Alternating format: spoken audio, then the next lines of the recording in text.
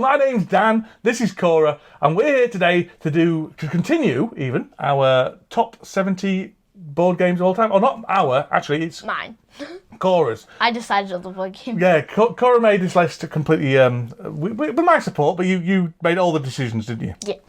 So, today we're going to go from 60 to 51, and let's see what board games there are. Ready?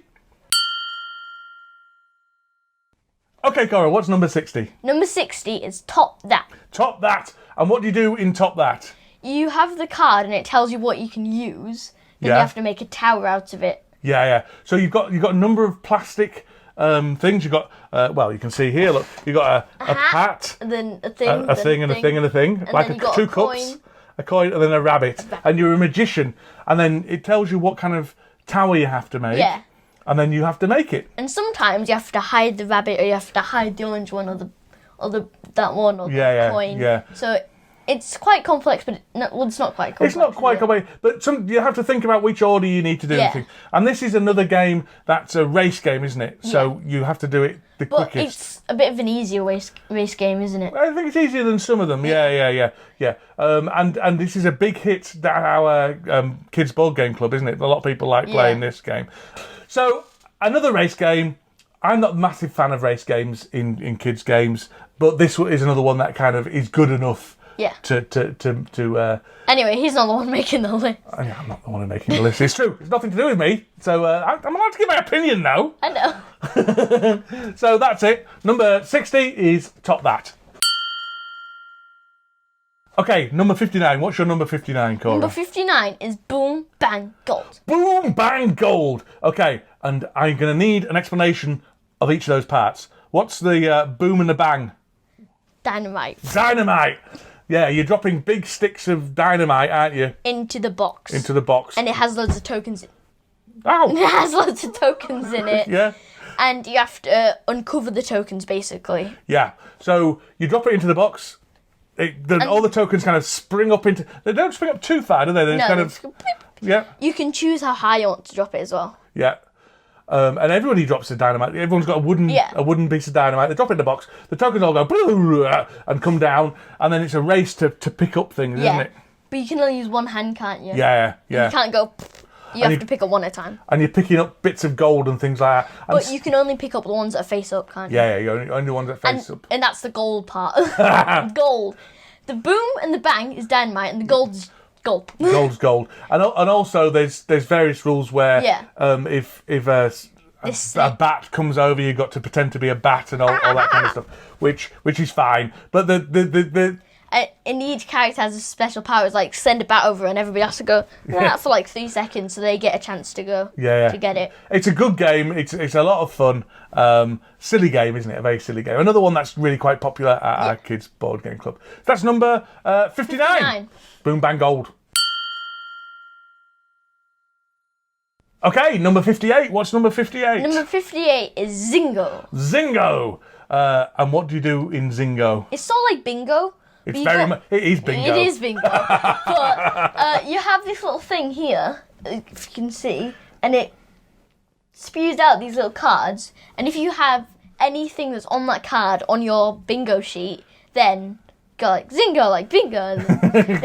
Yeah. When you put the card on your little sheet. Yeah. So it's these little plastic tokens rather than cards. Yeah. I think the thing that's small. the thing that's fun about Zingo is that, well, there's a lot of different versions of it as well, which kind of are useful for helping kids to learn to read and things. It's an educational game, really, but also the mechanism for getting the little tokens out is clunk, like that. Yeah, I can't. No, sorry, you don't have to point that. I'll show a picture. You can't really see it, but then you have to go. Clunk, clunk, and it makes a very satisfying clunk noise. And I think it's a bit like one of those sweet dispensers, a Pez dispenser. The Pez dispensers where you click it and then it goes. But it's even better than the Pez dispenser because it goes clunk. Although it's worse than because if you try and eat these, then you get a really bad tummy ache. That's really bad. I don't advise it. I did it once, never again. Okay, so that's number 58. Is Zingo. Okay, number 57. Number 57 is timeline. Timeline. Any timeline. This is timeline British history. But most timelines. Yeah, all the timelines are pretty good. And why do you like timeline? I like timeline because you're making... I mean, in the game, you make a timeline, don't you? And you have to place things where you think they would go. Yeah, so like you get cards... They would go before or after when the tap was invented. Yeah. You get cards with historical events or inventions or something like that. Yeah. And you have to place... On your go, you have to kind of work out where they would go within the timeline. So there'll be a row of cards with things in order. It's the timeline. Which is a timeline, as Cora says. Timeline. Yeah. And you're quite good at this game, I think. Some of the time. I'm not good at just general history ones, I don't think. Yeah. But some of the ones that I know more about, I'm quite good at. You're quite good at it as well. Yeah. And a lot of it is knowledge, but also there's quite a lot of guessing and educated guesses and things like that, which I think is a positive thing. You know, because I don't know when the electric toothbrush was invented. So it's you just got to guess. Yeah, but the process of trying to work it out is got value as well educationally. It's quite an educational game. The other thing about timeline that I've just remembered is in this box here. The designer of Timeline very, very kindly allowed us to make some promos for Timeline. So I've got Huddersfield, which is the place Cora and I live, promos. So that's my promo for when the Huddersfield Board Gaming Club was started, and the birth of Patrick Stewart, and the Last of the Summer Wine promo. Anyway. I like Last of the Summer Wine. Yeah, I do like Last of the... It's a TV program that's filmed in the area. So I like Timeline because I've got some special promos for it as well. But Timeline is a great game. Yeah. Okay, number 56. Number 56 is Encore. Encore. I don't know. But the version we have is called Noch isn't it? Yeah, we got. So you might know it as that way, but it's Encore or Noch, whichever way you know it as, or if you don't know it all. If you're cool, you know it as Noch. If you're not cool, it's Encore. That's what I say. If you website is not cool. Encore's the American version of it, whereas Noch is the German version of it. And what does Noch mean in German? I don't know. Nor do I. So we're not that cool. Probably that. I don't know. One more? I don't know. I don't know. He doesn't know German. I know. I shouldn't have asked that question. Should I have exposed my ignorance? So, what do you do with Noch? In Noch, you have to roll the dice and cross off these little squares, and you want to get these columns which give you a certain amount of points, because you have to start in the middle. The first one has to start in the middle, and you can only place it if it's next to or above. Yeah. You can't do diagonal, can you? No. So you like crossing off big kind of Tetris type thing, chunks of coloured blocks and things like that. And you want to get these columns. If it's further out, it gets you more points because it takes you longer to get there. Yeah, it's a really good. It's a roll and write game, but it's not one of the first roll and write games because that was years and years and years ago. But one of the first next generation, I suppose, new generation of roll and write games, and I would say one of the best ones as well. It's really enjoyable, isn't it? You've got this on an app, haven't you? Yeah. On your phone. So Noch, great game. At your number, what number was it? 50 something. 6. Look, we're not very good at this top 70 business. No. We're not very good at remembering what numbers. We have to look it up after every single one. No. Yeah. So that was number 50 something, and let's say 56. Let's say 56 and see if we're right. Okay. Okay. Number 55. We were right about the number 56, which is pretty good. What game's this? This is Click, Clack, Lumberjack. Click, Clack, Lumberjack, or Tick-Tock Woodman, I think is another one. Yeah. Or Bling Blang Gems, or something like that. I don't know, there's a gem one, I can't remember what it's called. But the one we have is Click, Clack, Lumberjack. Yeah. And what you do in the game is you have this like little toy axe thing, don't you? Yeah. And you have to hit the tree, but you don't want to actually knock it down. Yeah. You want to just get the bark off it, and the different types of bark you get, the more points you get. Yeah. And it's a really good dexterity game. And it's very hard to try and... It's hard to you knock it, and you only knock it a few times, and we play this at the kids' board game club, and you get some kids who are really tentative and just not like that. One of them- And then you go, boom! And then it doesn't fall over. What? Yeah. So you need somewhere between this and that to win the game. You gotta go. Yeah. Really good game. Another classic and a classic I think for a when reason. you get like 3 hits, you have to go. Yeah. And some of them got grubs on which are worth slightly more points and things like that. It's quite a simple game as well. Yeah, but really the points never matter at the end because really it's the person who hasn't knocked because we play 2-player. It's the person who didn't knock the entire thing over. That, Which is usually you. because you get minus points. You did usually knock it, didn't you? I'm too strong. I'm too strong. It's the Viking blood. We've already talked about my Viking beard. It's the Viking blood. I'm too used to wielding axes in battle, Cora. Yeah. She's In the Battle of Huddersfield. She's very dismissive. That's your number 55. Click, clack, whatever it was. Lumberjack. Click, clack, lumberjack. Okay. 54. Yeah, thank you. I knew that. Number 54. Number 54 is Prisma Arena. Prisma Arena. Yeah, and what do you do in this game? Well, it's sort of like a battling game, and you have these little characters, and they look sort of like the Inside Out characters. They do, and there's a kind of Inside Out theme, isn't there? In that you've got emotions. Yeah. You've got helpers out of Angry these emotion and happy. things. But so you like the battle? You quite enjoyed all that. It's kind of And the thing I probably like most about the game is how you can. You see these little characters here, you can add things onto them like stickers and it's really cool. You can customise your characters. It comes with and you unlock it as well. Like you unlock some gold armour, but then you have to start off with some silver armour or something. I really like games you can customise. Yeah. I think that's really what swung it for you. I think the battle thing is okay. There's nothing wrong with it, but it's okay. Yeah. But the thing that really swung it for you was the removable stickers, wasn't it, and things like that. And we may have because we've designed a game as well, and we may have included some removable stickers in the Kickstarter version of our game because not copying off them. I don't know. I think that's a rude thing for someone to say. To say we were copying off Hub Games with our removable stickers. But anyway, so the stickers you like and the customization. Yeah. It very much like a video game. I think this is set up as, and you've got a little console and things like that. It's an okay combat game and a really nice innovation with the stickers. That was number 50 something. 53, 4. Something like that. 4. Okay, number 53. Number 53 is Misty. Misty. There you go. No. What do you do in Misty? In Misty, you have these cards, and they're sort of like they're like on the box. They're drawings on windows. Yeah. So it's that.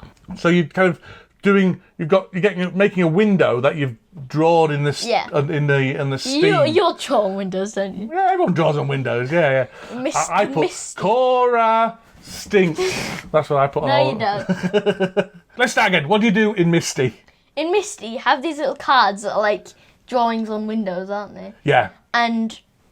And you sort of put them in this grid, and you have to think about where you put them. And Yeah. So different cards will score differently depending on where you place them, and some of them will remove other cards, and you can shift them around a little bit. It's kind of I don't know what you call it, maybe a tile placement game where you've got to put things in certain order and things like that. I think it's you really enjoyed it when you played it, didn't you? Yeah. So I also really like the background of the thing. It's like a cool colours. Yeah. You really like the art for this one as well, didn't you? It's Helvetica who always. And it's just a cool art style as well. It looks like just anybody would have drawn it. Yeah. That's true. Yeah, that's good. So yeah, I always like Helvetica's art. I think they're excellent of their graphic design and their art. So yeah, Misty, a nice little card game where you're playing down cards and scoring points depending where you place them. Okay, number 52. Number 52 is robots. Oh, are we doing robot dances? I can't do it, but I'm willing to try. How do you play robots? You started, don't we look at... How do you play robots? In robots, you sort of have these cards, and you silently count in your head, go like wrench, hammer, flashlight, book, coffee. So there's a path going down the Yeah. card, and you're silently counting in your head The things. of the kind of the points where you get to. Yeah. Yeah. And then the other person, they have to guess what speed you'd probably get. Yeah. What you'd go. So it's all like you have to know the person a little bit. Yeah. And they have to get. And when they say stop, Yeah. then they have to guess where you ended up at. And some people describe it as a lot like the Mind, which is not a way I've ever played the Mind, but I can see why you would do that. Yeah. So it's basically a strange kind of thing where you're trying to time things in sync with somebody else who's Yeah. silently timing things. It's quite hard, but quite fun. Yeah. You really like this. You really yeah. like this. When we first played it, you went bananas over it. You were quite. I think you must have been about 6 or 5 or 6 or something like that. I can't remember. I think I might have been a bit older than that. Maybe 20, 22. A bit older than that. Yeah, maybe 7. Yeah. But you went bananas over this, and it's a really good game. So your number 52. 52 is robots. Okay, number 51, the final one for this video. And you can go and play Pokemon, I'll let you go. What we got? We got Ghost Fighting Treasure Hunters. Ghost Fighting Treasure Hunters. Yeah, baby. Go on.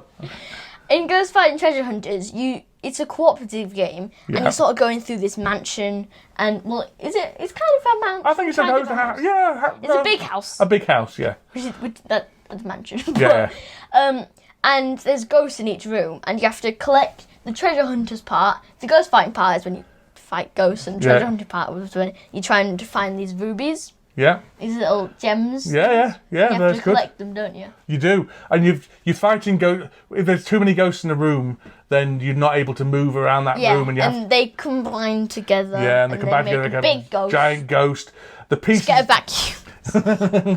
the pieces are really nice in this game. This is basically a my first pandemic. I'm sure they wouldn't appreciate me saying that, but that's certainly what it feels like to me. My first pandemic. I personally prefer, and I've said this I've before. never played it.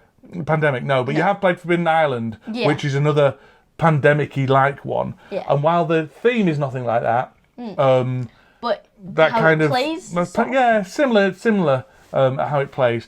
But this is even more like Pandemic in the way it plays, in that the ghosts kind of, once they start building up, Yeah. they start causing problems everywhere else and things like that. So it's good. It's good. The pieces are really nice as well, aren't they? They're Yeah, really they nice are, ghosts.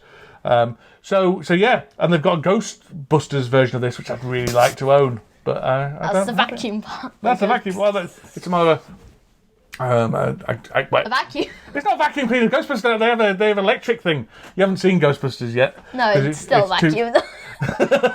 Right, okay. She says she's not seen Ghostbusters, but she don't still care. says she knows what it's got. It's not a vacuum. It's a It would be cool if it was a vacuum. proton though, accelerator. but I That's what it is. And then they've got a ghost. Anyway, I'll educate Cora on. I think you're old enough to watch Ghostbusters now. Probably. Yeah, the librarian scene's a bit scary, so I've always avoided watching. But yeah, let's This is beside the point. We're getting distracted because we're coming to the end of the list. So let's end it. Okay, so that was number 51. Thank you very much for watching. Our top 50 is coming up next.